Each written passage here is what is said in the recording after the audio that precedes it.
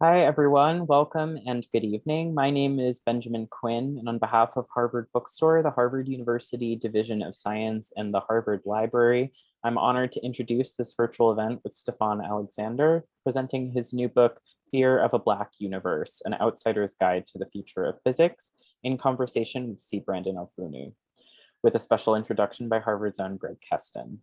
I hope you're all well and safe. Thank you so much for joining us virtually. Tonight's event is the latest installment in our Harvard Science Book Talk series, which works to bring the authors of recently published science literature to our Cambridge community and beyond. Coming up in the series, Friday, October 29th at 6 p.m., we'll host celebrated neuroscientist and director of the Brain and Creativity Institute at the University of Southern California, Antonio Damasio, for his new book, Feeling and Knowing, Making Minds Conscious. To learn more about this and our other upcoming virtual events, you can visit harvard.com and sign up for our email newsletter, or check out the page harvard.com/science for more info. I'll also be posting a link to our Science Research Public Lectures YouTube channel in the chat, where you can view previous talks you might have missed. This evening's discussion will conclude with some time for your questions. If you have a question for our authors at any time during the talk tonight, click on the Q&A button at the bottom of the screen, and we'll get through as many as time allows. In the chat, I'll be posting a link to purchase Fear of a Black Universe on harvard.com, as well as a link to donate in support of this series and our store. Your purchases and financial contributions make events like tonight's possible and help ensure the future of a landmark independent bookstore. Thank you to our partners at Harvard University, and thank you all for showing up and tuning in support of authors, publishers, indie bookselling, and especially for science, because it really, really does matter. And finally, as you may have experienced in virtual gatherings this past year, technical issues may arise. If they do, we'll do our best to resolve them as quickly as possible. Thank you so much for your patience and understanding. Now it's my pleasure to turn things over to our Harvard Science faculty colleague and theoretical physicist, Greg Keston, who will introduce this evening's authors. The digital podium is all yours, Greg. Great. Thank you, Benjamin. Well, I am honored to introduce tonight's speakers. Stephon Alexander is a professor of theoretical physics at Brown University, an established jazz musician, and an immigrant from Trinidad who grew up in the Bronx. He's the 2020 president of the National Society of Black Physicists and a founding director of Brown University's Presidential Scholar Program, which supports research and academic excellence for underrepresented students. And in addition to his academic achievements, he was the scientific consultant for Ava DuVernay for the feature film A Wrinkle in Time, and his work's been featured in the New York Times, Wall Street Journal, Wired, many other outlets. He's been a guest on Nova, The Brian Lehrer Show, Neil deGrasse Tyson's Star Talk, and many more. And joining him in conversation will be Brandon Ogbunu, who is an assistant professor in the Department of Ecology and Evolutionary Biology at Yale. And his work utilizes a range of methods from experimental evolution to biochemistry, applied mathematics, evolutionary computation, and is all geared toward a refined understanding of complex systems and disease phenomena. And he runs a parallel research program at the intersection of science, society, and culture. And in that capacity, he explores technical questions about the role of society and culture in complex biological phenomena. In addition, he writes, gives public lectures, and creates media of all kinds. And he's a contributing editor at Radiolab, an ideas contributor at Wired, and has written for a range of publications, including Scientific American, The Undefeated, Undark, Boston Review, and several other various topics at the intersection of science and society. And tonight, they'll be discussing Stephon's latest book, Fear of a Black Universe, an outsider's guide to the future of physics. As Edward Frankel says, this book explores some of the biggest mysteries of all: dark matter, dark energy, origin of the universe, origin of life, and in ways that are unconventional and enthralling, yet down to earth. Jaron Lanier says this book revives the humanist project that launched science in the first place. And I think DJ Spooky put it most concisely when he said, this book will blow your mind. So be prepared and enjoy. Stephon, Brandon, take it away.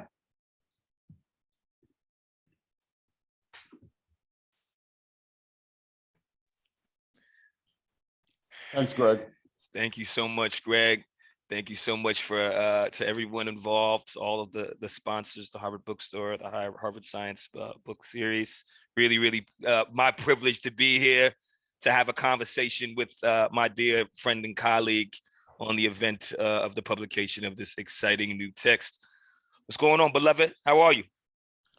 I'm doing great, man. It's great to be on the stage with you, and a real honor to be hosted by the Harvard Bookstore. I mean, both of you and I, we have, since we were youngins, back when I was a grad student 20 years ago or something, I used to go up to Cambridge and, walk into that bookstore dreaming of being able to buy books. And I'm just kidding. So, yeah.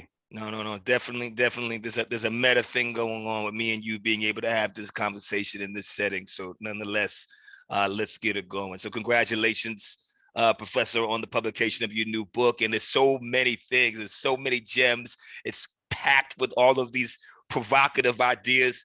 Of course, I would expect no less coming from you. You know what I'm saying? So we're going to dive right into a few of them. And then, of course, we'll take that and we'll meander through the infinite space of kind of the interesting corners of your mind. And that's what we'll be doing over the next 40 minutes or so. We have to start with your use of the way you title your books. Okay, so we'll go back to The Jazz of Physics. And of course, that was elegantly titled, and what a beautiful kind of set of ideas were contained there, and the way you drew these parallels between jazz as a concept and meta concept and the work that goes on in your laboratory.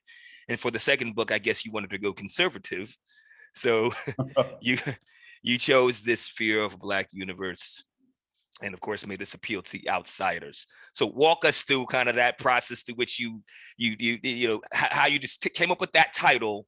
And in particular, right, what's fascinating is your multiple meanings behind the word Black in that.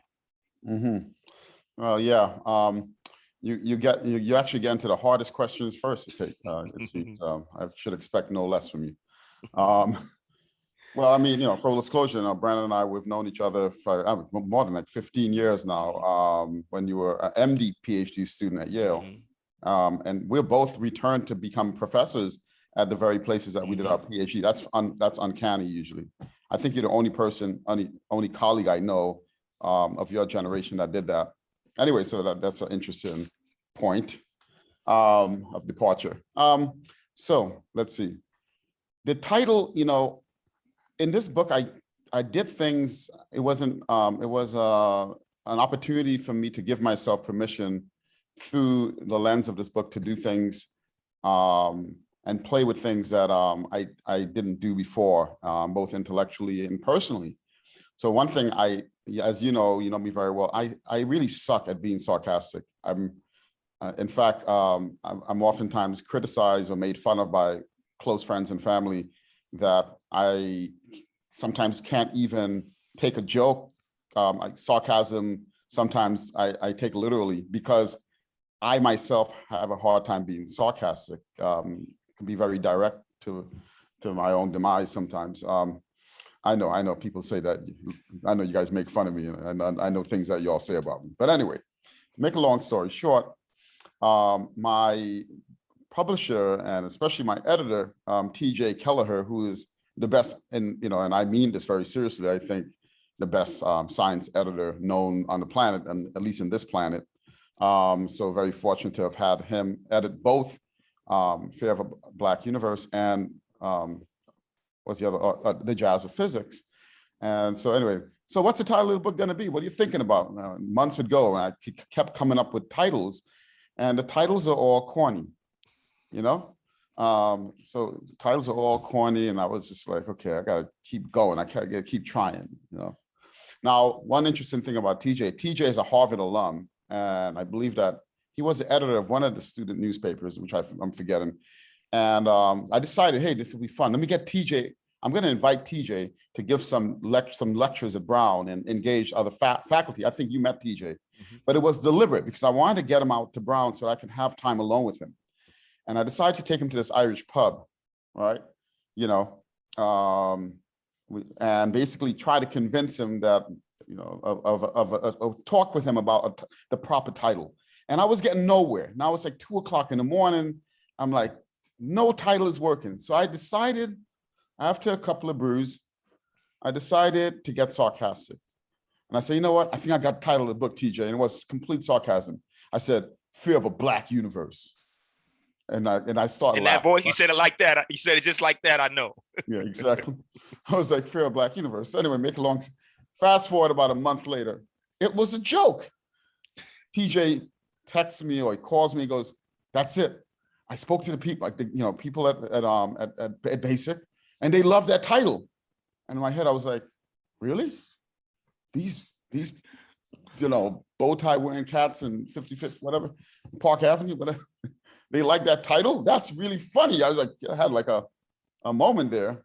And then the more I started thinking about it, I was like, and then of course I remember you were there from the get-go when I started to write this book. In fact, full disclosure, Brandon was the very first person I gave when I had the mad idea that I was going to write this book. I gave a draft, a very bad draft, an inchoate draft of the proposal of this book. Actually, you were the first person to look at that. So I remember when anyway, so that's. But then it turned out it was one of these things, and I want to jump back to hear your thoughts about this. But then the more I thought about it, and more I thought about this, I realized actually it was one of these subconscious things. It had to be the title, okay? Mm-hmm. And then, as you know, when we start thinking about quantum mechanics, the dualities or the superposition, the idea that a concept can have many meanings. And I know in literature, there's some device where you can have an ambiguity in the title. And again, it's not something I'm sophisticated about. But it turned out the idea that there's this ambiguity in the title also had some interesting overtones. Mm-hmm. Great. No. And let's, and we're not going to give away, because of course, that's the challenge of this. There's so many gems in this book that I want to reveal. It's almost like the reveal in a movie. You can't give too much away.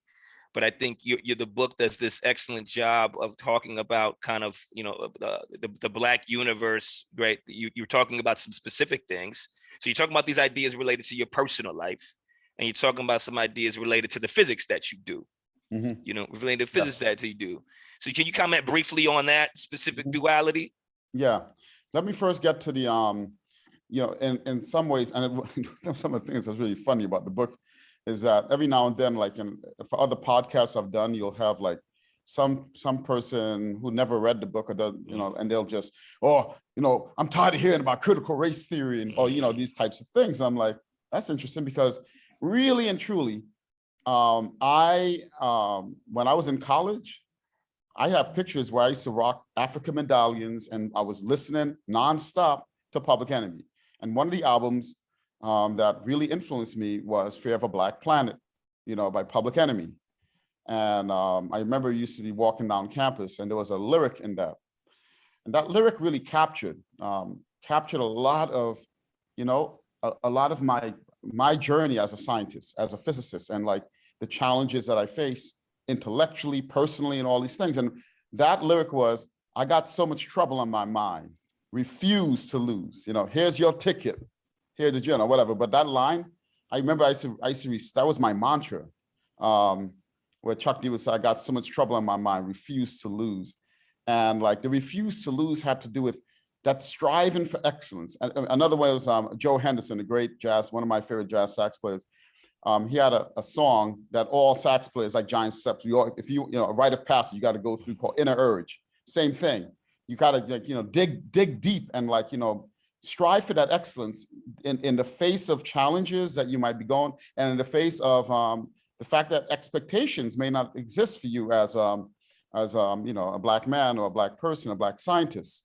So for me, part of that was a nod to Public Enemy and how much it sort of what that meant to me as a young student, and also how that influenced me throughout. And then the second, I would say, resonance that that title had was about the category of Blackness, and the category of Blackness in general, like, and you know, in America, that plays itself out as stigma.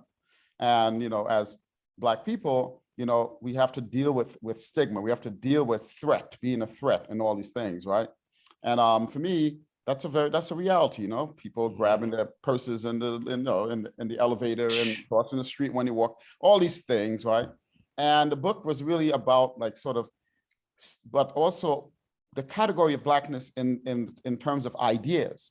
That you can, as a scientist, you can generate ideas in the name of research, in the name of breaking new ground that may stigmatize you, that may kick you out of the club, so to speak, because you're not necessarily following the herd. And that's not in terms of being defiant, but in terms of that, if you're generally trying to, you know, do something, and you know, and the book was also exploring that with other great breakthroughs in physics, like people like Michael Faraday and Albert Einstein and Schrodinger, and also realizing they themselves had to navigate that as well. So it was about that idea of how to embrace that outsider status that comes with sometimes the risk of generating such ideas, Black ideas, and yeah. So that's the second intonation. Nah, I mean, what a thank you for that. I think, you know, I think that's the thing that jumps out at us when we see it on the bookshelf. It's like, okay, what we going to get into here? I have a question for you. Yeah. How did it jump out at you when you saw that title? You know, I think, well, I mean, I think knowing the way you think about things, I knew there was going to be some depth there. And, you know, I think this is kind of related to the next, you know, set of things I want to talk to you about, which is what I especially, this is why I knew, this is what I knew when you had that title. Number one, I loved it because I love Public Enemy, and that I think people have lost sight of what that era was like. You know what I'm saying? People forget they were a mega popular group that was selling out the Garden. This wasn't like an underground, you know what I mean? Like that rap, they were a defining group of the whole culture. You know what I'm saying? And I think hip hop culture changed for reasons we'll get into during our next conversation. But my point is, I think to resurrect that and invoke that in the context of the theoretical cosmological questions that you think about was beautiful. But I think what gets me about you, one of the reasons why you're so inspiring to me and to many is, frankly, you could be just like a lot of people who are unique in your field or are alone in your field, like a lot of Black scientists, and talk about how hard you had it, and do a woe is me story about how you had all the hardships of anybody that I know. You know what I'm saying? But what you do in your work consistently is you always offer original physics ideas. You never let anybody get by on just your identity. You're always pushing the envelope, you know?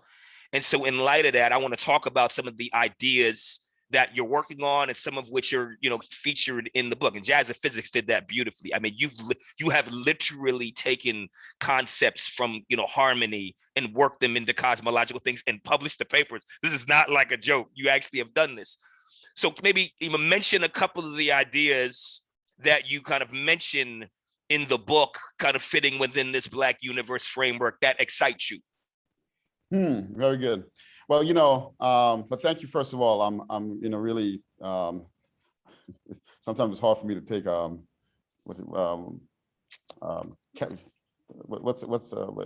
Man, it ain't hard for you to take compliments, man. Whatever. Don't be, you know, don't act humble. Don't let these fancy people call me out right here. Let me tell you something. We having a conversation. Ignore these fancy people. This is me and you. All right, bro. Okay. Say no more. Yeah, I think that. Yeah, that well, I think that one thing I'm really excited about these days, I wasn't at first, but there's a little story behind that. So when I was a junior professor, when I say junior professor, I was when I started out, I was a professor at Penn State. And no, I'm sorry, no, I went to Dartmouth. This is when I was at Dartmouth. I decided that I was going to drive to New York, but on a whim, I decided I was going to take a pit stop and pass by Providence and visit my old one of my advisors. So I started off with a PhD advisor, and I switched into cosmology. But this person has always remained close to me, and I've always been in touch with all throughout my career. And this is Leon Cooper, who won the Nobel Prize for conductivity. And he, you know, is a New Yorker like us, and he doesn't mince his words. And he solved he's my hero, okay? Actually, I have in my living room a picture of Leon right now. In fact, I'm just gonna show it off. I'm gonna show it off. Why you been? Yeah, I thought you was modest, and now you're showing off your fly apartment. That's a picture of Leon. That's Cooper. nice. I had that done by a great watercolorist, William Haidt from Newport. Commissioned that. Anyway, so make a long story short, I decided to pass by, and the reason why is because I wanted to finally impress him. You see, because I was never able to impress Leon, right? Never able to impress him. I felt like, okay, I just got this fancy award and all this stuff. I got a big grant, and I just got tenure too, you know? So I said, let me drive down and pop in. And he was in his office, and, you know, right about to retire, actually. And so I, like, you know, a little quick background. Leon solved the problem that was almost 50 years old that Einstein worked on, Feynman worked on this problem, Landau, all the greats worked on this problem, right? Superconductivity. And he cracked this problem, okay, theoretically. And I'm in his office now, and I'm like, hey, Leon, you know, I'm working on this really interesting problem, and I keep going off. And he goes, you know what, Stephon, can you slow down? I was like, he goes, you know, I think I'm a pretty smart, okay guy, you know, but you need to slow down. And in fact, and he goes on this, he just goes on this thing and goes, you know what you need to do? You need to find a real problem and work on a real problem, okay? You know, people are afraid of working on hard problems because they're told it's impossible. And I think that people are not working hard enough. And he just kept going off on me. And at that moment, my interpretation, I was flattered that he was challenging me to that level. Instead of me taking that as, oh, this guy's like, you know, calling me dumb and like, you know, he's projecting, da, da, da. I took that as he thinks Leon really respects my intellect so much that he is basically challenging me to pick the hardest problems, the problems that appear to be impossible, and try to solve them. And then he goes on a blackboard, he goes, you know, like, for example, you know, when people think about the Big Bang singularity, they say that it's impossible to solve, but he has a little trick, and he goes on a blackboard and he does this little, like cats from the hood, like, you know, that playing the dozens, or they got some trick under this. Right. To the trade. Yeah. Yep. And like, you know, it's like, you know, like one of these like little tricks, a card trick almost. And he goes on a board, and as he's doing this, I'm like, wait a minute, that's actually really interesting. So then a few years go by, and it turned out that thing that he was telling me, I was able to, that became a part of this, of the kernel of some ideas surrounding basically the following paradox. We think that quantum mechanics is something that operates on the microscopic scale, atomic and subatomic scale. And there's some cases in condensed matter systems, like, you know, metals and, you know, superconductors and superfluids where quantum mechanics can, but when we start talking about on scales of buildings and planets and things like that, you know, the world is classical. Quantum mechanical effects get washed out. And this idea is basically claims that at the scale of galaxies, quantum mechanics reappears like a phoenix. And in fact, it's these quantum properties that are responsible for the phenomenon of dark matter. And so there's a chapter in a book called Quantum Galaxies. And this is an idea that I developed along with my postdoc, Evan McDonough, who's now a junior faculty, and my mentor and collaborator, David Spergel. And that idea basically thinks about dark matter, which is about 85% of the matter in our galaxy, for example, that's invisible. We have indirect ways of measuring this thing independently. But basically, the theoretical idea is that this dark matter is actually some sort of quantum effect, okay? That's very similar to a superfluid. And that idea, you know, again, it happened simultaneously by some other colleagues, you know, Justin Curry and Ronald Mallet and Silverman and others. But anyway, that's one idea that I'm excited about, and we're working on developing that theory and ways of observationally testing that idea from to distinguish it from other forms of dark matter. I mean, wow, you know, fascinating. I think, and I think big and bold, like a lot of the questions that you ask. I mean, you know, and, you know, we've talked about quantum, you know, systems in biology, and there are these other kind of examples of it popping up all over the universe.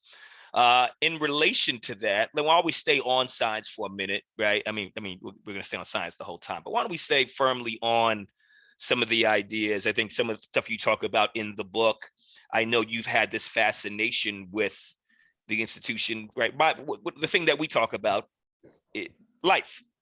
Yes. We talk about life a lot. And I think, you know, we're both fans of, you know, Schrodinger's What is Life? I think we've kind of read it and interpreted it different ways.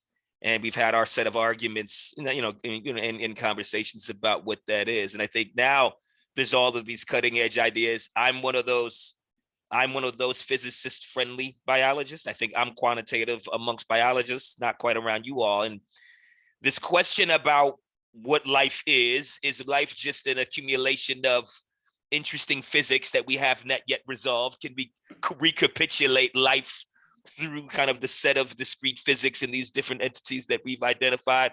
Or is there something yet it's not unlike the consciousness problem in some ways, right? There's some analogies between those two. So I want to hear where you're landing on living things and what life is, and maybe where it came from, and then hopefully me and you can argue for the rest of the time.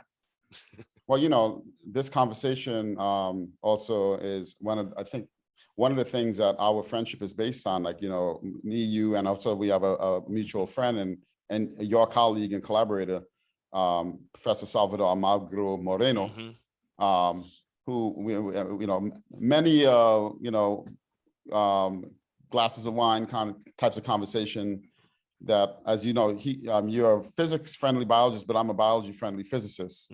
And in fact, an interloper, right? And so the book is also about, you know, me giving myself permission to also be an interloper and basically jump into other people's fields and speculate in the spirit of what Schrodinger did. Of course, Schrodinger did it much better than I did it, because after he won the Nobel Prize for his work in quantum mechanics and co-pioneering quantum mechanics, he started asking the question, how is it that, you know, that if quantum mechanics is operating at the most fundamental level of understanding the nature of the physical world, and could explain chemistry and could explain, you know, molecules, all those things, therefore it explains non-living matter very well. So how could the laws of physics, including quantum mechanics, actually, you know, account for life and say something about life? And then he used that to make some predictions, which, as you know better than me,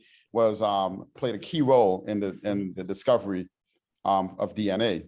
But he left us in that book, What is Life, with some puzzles. And I decided in this book to take up some of these puzzles and do my own sort of interloping as a physicist, using some of the more modern things that we now know since Schrodinger's time when he wrote that book, which was in the 40s. And, you know, so we have learned some things from the 40s in physics and modern physics, quantum field theory, you know, approaches to quantum ways of thinking about how to unite quantum mechanics and gravity. And so I decided to play some games here. And so one of the things that I speculated on was the following crazy thought. In cosmology, which is my home field, one of the things that we know and was predicted and turned out to experimentally be confirmed, Einstein, in a nutshell, tell us that space and time and the properties of gravity, such as a gravitational force, is just basically a manifestation of curved space and time. And one of the things that space and time can do is actually, when we look at the entire space-time of our universe, is that it expands. And we can observe that effect of an expanded space-time.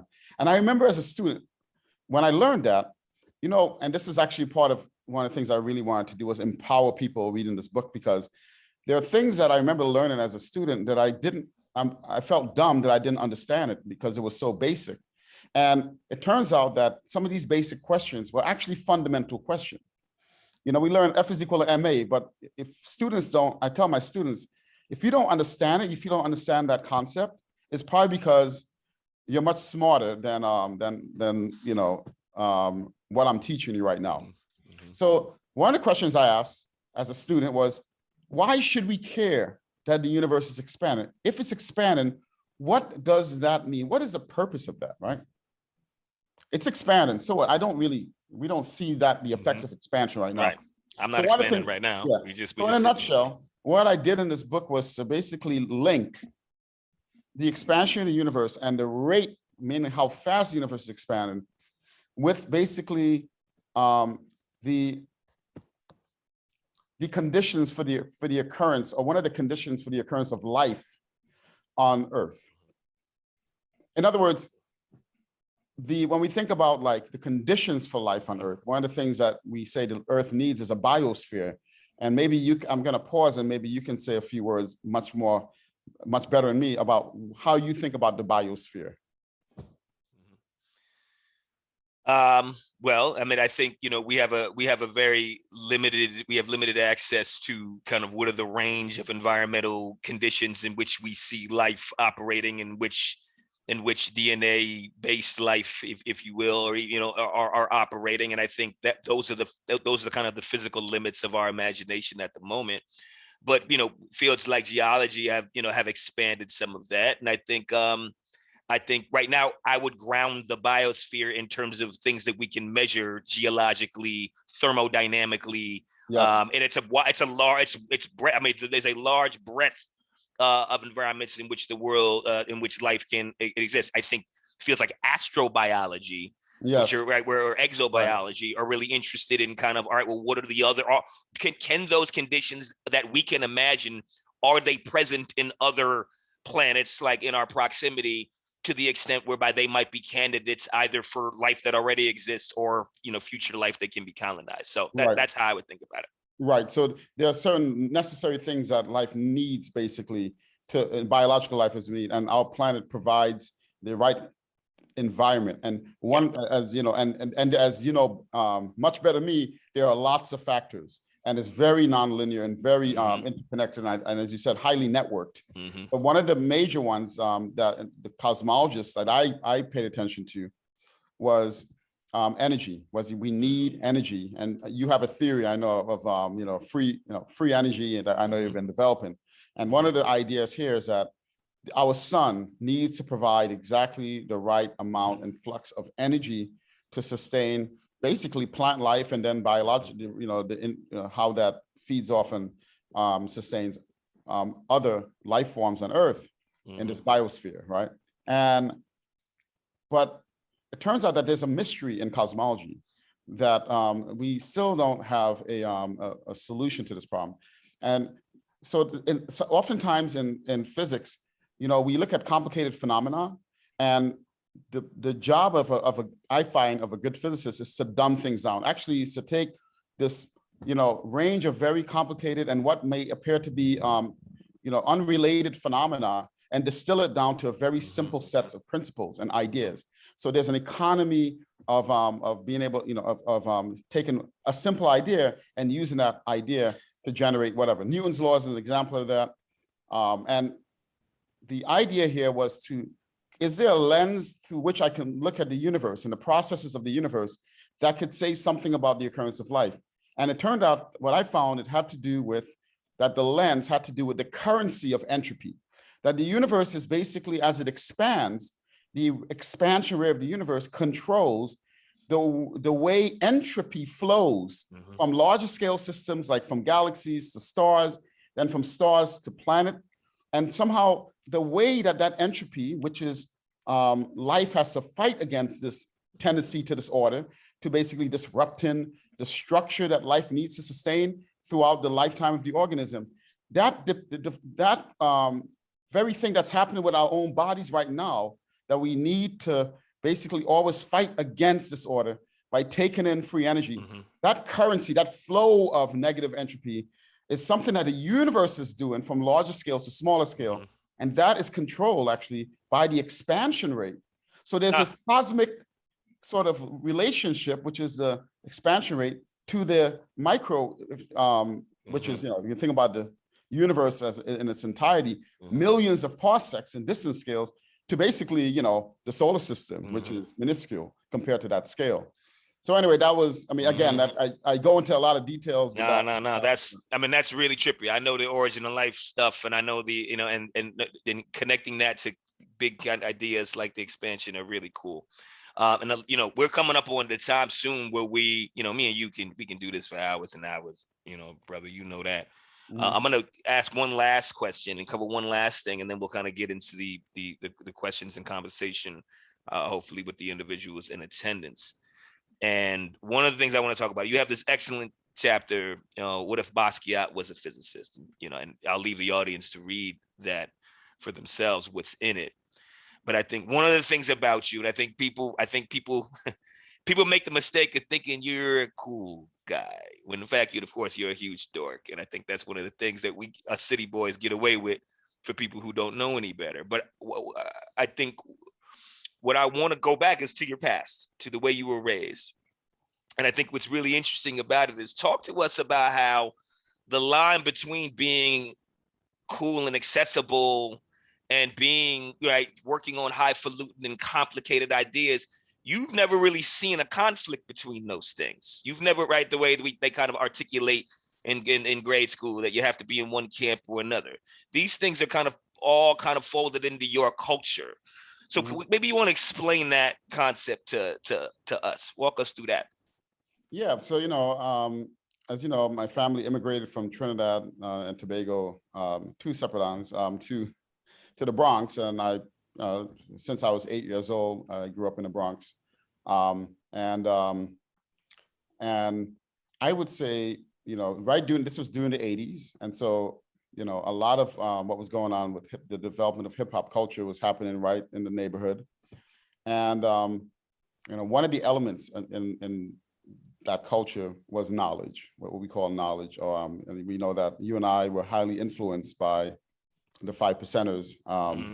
And that was very impactful. A lot of the most influential and popular and famous and cool rappers were all either 5 percenters or highly influenced by that.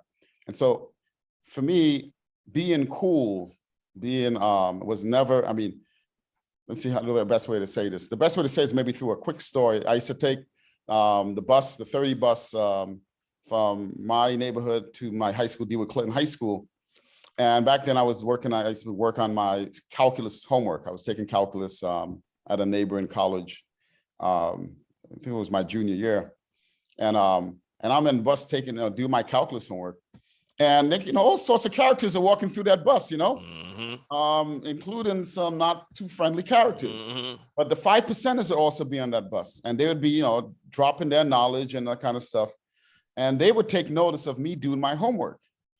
And they would basically, from time to time, they would engage me. Man, what's up with that, man? What's that knowledge there, man? I'm doing I'm studying derivatives, man, and integration. And be like, yo, man, that's the next level. This guy's doing supreme mathematics kind of stuff, right? And they basically protected me. They treated me as one of, I never joined the 5%, but I was basically part of the crew, so to speak. They literally kind of celebrated that, right? So these were the guys that, you didn't want to really mess with these guys.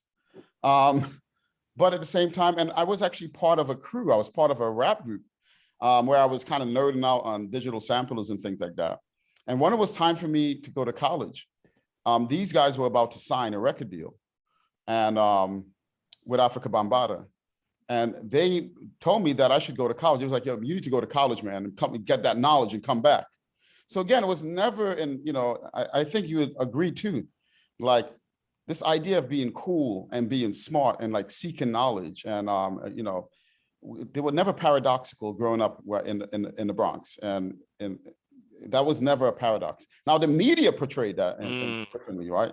But that was not the case in the neighborhood. Yeah, I mean, I think the media, just slandered our culture in a lot of ways in that generation. Yeah. You know what I'm saying? Yeah, It made it, I got an axe to grind about that. Made it seem anti-intellectual. And I'm gonna tell you right now, in our community, the toughest dudes were the smart ones and had the knowledge. That was a part of the dimension. You know what I'm saying? So, that remember they used to come around. They would come around with their books and be like, so what's the knowledge, right? Yeah, exactly. So I think that's just something I see very present in your work, the way you're able to connect with people and why you're so relatable to a lot of people. And I congratulate you for it. If you can believe it, we're at the point in the conversation, man, we're supposed to be answering questions. You know what I'm saying? I know me and you don't get, me and you, we can get carried away and we'll start, it'll be like on the block. I just want to give love to some of my, to Rakim. No doubt. Right. And Nas and Chuck D, who really supported my book. And it's funny, people. And Universal Hip Hop Museum. It's funny, man. People don't understand. Those are like our intellectual heroes. You know what I'm saying? People think it's a joke. That's who we are. That's when we're writing manuscripts. That's who we're inspired by. So we're gonna go to some questions from the audience, if that's okay. Bunch of very, very interesting ones. This one from Nathaniel Schwartz. Question: any thoughts on possible applications of George Russell's Lydian chromatic concept of tonal organizations? Mm-hmm. Right. Yeah, apparently, this had a big influence on Train and Miles, epitomized by the respective 1959 releases Blue Train and Kinda Blue. Could chord modes outlined by Russell serve as a harmonic analog to the different vibrational modes in string theory that produce different types of subatomic particles? Woo! Yeah. So that's a very good question. In a nutshell, George Russell is, is a theorist and a jazz pianist, and he wrote this very deep book, and that did influence the likes of Coltrane and also Joe Henderson, who I'm a student of Joe Henderson's music. So in a nutshell, when we look at the resonance of a string, for example, and I vibrate the string, I can generate overtones, right? So all I really mean by that is that I'll get like a fundamental vibration, and then the other vibrations are corresponds to waves that differ, whose frequency differ by integer values. And when I get to the third harmonic, that's a perfect fifth. And like, so for example, C, it'll be G would be the perfect fifth. Mm-hmm. So ba ba ba, that's a big interval that's very consonant. In a nutshell, Russell basically shows that if you revisit the major scale as the most, as you said, the brightest scale, right? The most, major versus minor. It's not quite the major. In the key of C major, right? Do, re, mi, fa, sol, la, ti, do. The F becomes F sharp. It becomes, and that's a Lydian scale. That's a Lydian mode. So yes, it's a very deep concept based on the natural vibrations, and you generate scales that way. And it's something these days actually, coincidentally talking to some jazz musicians about. Yeah, thanks for asking that question. And look at that, the way you're able to move from, quantum galaxies and you singing tunes to us. I mean, this is just Black excellence, man. I'm very, very proud, brother. To the next question. Trying to be like you, man. Man, whatever, man. Don't even try. We're not doing that. And speaking of Black excellence, we got the great Chris Rose, Professor Chris Rose. Yo, get him off. That guy scares me too much, man. He's gonna ask me a hard question. No. This is a very relevant and germane, and I think fascinating question. Can you comment on fear of a Black universe in the context of Black scientists and engineers gathering at forward-thinking institutions to produce profound conceptual breakthroughs, a sort of jazz That is, might this sort of Black critical mass engender yet more fear of a Black universe? Well, one of the things that, and I'm not saying this because, okay, I admire the man, and he's, and he actually was the person that recruited me to Brown University. I'm just going to call him out that way. One of the most brilliant theorists out. We call him. Go Yeah, ahead. he's a homeboy. We call him Nick Fury. Yeah, He's the Nick Fury. Anyway, yeah. So this question actually. Yeah, so there is the unspeakable in this book, and it's one of the things that, in fact, if we go to Fear of a Black Planet, this and listen to some of the lyrics, some of that fear actually had to do with the idea that the population might get to a place where we start outnumbering people, and all of a sudden, what was once, if I'm the only Black person in the room, maybe you're cool with me, and there's a little bit of tokenism, and you're cool. But start bringing 50 of us in the room now, and we're all really, producing at some, and start making breakthroughs. How does, yes? So the answer is yes, yes, yes. I mean, one of the things I was wrestling with in this book was some of the experiences I had was, in spaces, and I talk a little bit about this, and not only about myself, but other Black scientists, is that when we started really breaking new ground and solving problems and approaching things in a completely different way, like how jazz was invented, right? And, Chris founded something at Brown called STEM Jazz, which basically brings together and Black and Latino scholars in STEM to collaborate together, and our colleagues. And the question here is that what starts happening when we actually start outperforming in a way that we are not expected to? Does that incite fear, right? A different kind of fear. And yes, I think that my writing the book was in this way was, this book is 90% a book about really exploring the biggest and the deepest ideas and speculating on these deepest ideas, and with the idea that maybe I might accidentally hit on a solution to these problems, but I also need to go there. And if I did that, would that scare people off? So yeah, there's a lot there, Chris, and a lot for us to continue talking about. Yes, and I really resonate with that. I'm not doing justice to that question, by the way. No, I mean, it's one, like you said, it's one thing when it's one person doing something. I think, I think what's interesting is when it becomes groups of people that aren't supposed to be there doing it, it becomes uncomfortable even to people who think that they are pro-diversity. Yeah, I've seen that happen. I've seen absolutely. I mean, if you look at bebop jazz, right? I mean? They wanted to, the inventors of bebop jazz wanted to take swing, wanted to take that music to a higher level. They wanted to be higher art, and they wanted to experiment and take it to this other intellectual level as well as artistic level. And yeah, I mean, we're trying to do the same thing in the sciences these days, No, excellent. It's a question. This is a lovely question from how can I join? Someone asked, I don't want to mispronounce the name. How can I join the rooms that, I don't have my glasses, so how can I join the rooms that you both are in, and of the way you both break down complex knowledge, wisdom, and understanding related to culture, science, and still fluid with experiences with what's considered edge. So, that's not me. That's for you, Professor. But thank you for the question. Any answer how to join the rooms we're in? How do you get into these conversations? Well, one thing you can do is read the book. You can read the book for sure. You can come down to Yale or Brown and sit in a class, or you could. There are certain organizations that are welcoming. You don't have to be Black to join them. The National Society of Black Physicists, anyone can join NSBP. And there are lots of opportunities there to kind of be in the room with us and others like us and be a part of that. So, we're very welcoming of, yeah. No doubt. That's part of the culture. I mean, we really want to, it's as pro our own communities we are, the point is for everybody to elevate everybody. And that's the Black experience as I see it. Yeah, so, we love to shoot the dozens and engage in dialogue. In dialogue, with everybody, elevation and opening doors. Great question here. was there anything that surprised you while you worked on the book? This is a question I was going to ask you. Anything that surprised you that you came up with while you was working on this project? Oh yeah, that's a tough one. Yes, I mean there were things that surprised me, like the direction that the book took. I wrote this book going into it not really being clear about what the book was actually going to be about, to be honest.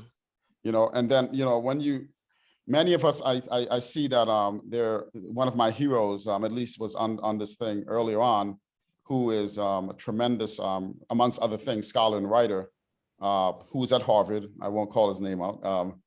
And he, one of the things that, devices that I realize is that you write a book to actually, the writing of the book itself is going to actually teach you new things. So I think one of the things that surprised me in writing the book was that it actually did help me clarify some of the research directions that I'm undertaking now in my own research. And yeah. That's a great, that's a great point. So the process itself was generative, and I think, that's the way, of course, biological evolution works, right? The process of adaptation takes you to kind of new spaces of biological design space, which then opened up new doors. So I like that analogy to the creative process, and certainly jazz works that way as a music. There was a lot of improvisational writing in the second half. A lot of improvisational writing. Now, a lot of people in the audience, man, I want to acknowledge some good questions left. Any darlings that landed on the cutting room floor while you were putting the book together that you'd like to tell us about? Any darlings, maybe with regards to titles or ideas or things that didn't make the book that, you're like, or that's something. A good question. Yeah. There was, well, I think that one thing exactly, Chris Rose's question, like that other dimension of fear that, of basically Black excellence, and also saying that we are in these spaces, at these intellectual spaces, because we want to play, we want to excel. We're going to excel. But the idea of like doing it, also mastering the skills and the chops to then jazz it up and do it the way we do it. It was, again, it was something that I wish I would have put more bandwidth into in writing a book, but I think the story continues, and maybe that's for someone else to write. That's gonna be the third book. You know what I'm saying? I think I'm done. Yo, shout out Dr. Yabark, my man Sinai asked the question. He's here. What's going on, brother? Good to see you here. If I had a chance to drink a beer in an Irish pub with the esteemed Dr. Alexander, will leave me out of that. The first question I would ask is whether the universe is discrete or continuous. My other question is how the hip hop group A Tribe Called Quest influenced your appreciation of jazz music? That's interesting. That's a separate question. But discrete or continuous universe? I'd say it's both. And it's a question that we have not resolved yet. And it's actually a question, literally, there was a seminar today from MIT that we had today at Brown, where they were literally talking about discrete structures and quantum field theory and how that's related to continuous, and some interest in anomalies and puzzles. So yeah, it's a very good question, but I would say that it's neither nor, but it's both. My colleague, Professor Gates, and mentor, works on structures having to do with supersymmetry that smells something like that as well. And Professor Rose, actually, in terms of information theory and communication theory, we actually, coincidentally, are actually in conversation right now about, I would say at a store, at a theater near you or something like that. We're working on it. So if you can believe it, we're at a time. Tribe Called Quest, though, yeah, big time. Tribe Called Quest is big time. Oh yeah, Tribe is the lyricism. Like, Tribe was church to me. You know what I'm saying? The continuation of that bebop tradition into hip hop is kind of what they, amongst other things, right? That type of interloping is what we do scientifically. You know what I'm saying? So we're out of time, believe it or not. We got 1 minute left. I want to acknowledge the sponsors again. A lot of great people in the audience. Dr. You know what I'm saying? Osman, Dr. Hinton. You know what I'm saying? Paul, all right. You know what I mean? That's all that, you know what I'm saying? Dr. Yabarek, all these people, oh man, Tisa is in the building, my agent, all that. So thank you all for coming. Brother Professor, thank you for offering your thoughts and your conceptions here and sharing them with me and the audience. And with that, take it away. All right, Brother Ogbunu, thank you. Thank you, Professor Ogbunu. always wanted to say that publicly, the day you become a professor. And much love, and yeah, don't try to box me out here, bro. You got to coach me one of these days, man. You got it. Yeah. Say the word. All right, bro. Okay, well, thank you both for this fantastic presentation, and thank you to Greg again for his wonderful introduction. Thanks to all of you out there for spending part of your evening with us. Please learn more about this fascinating book and purchase Fear of a Black Universe at harvard.com.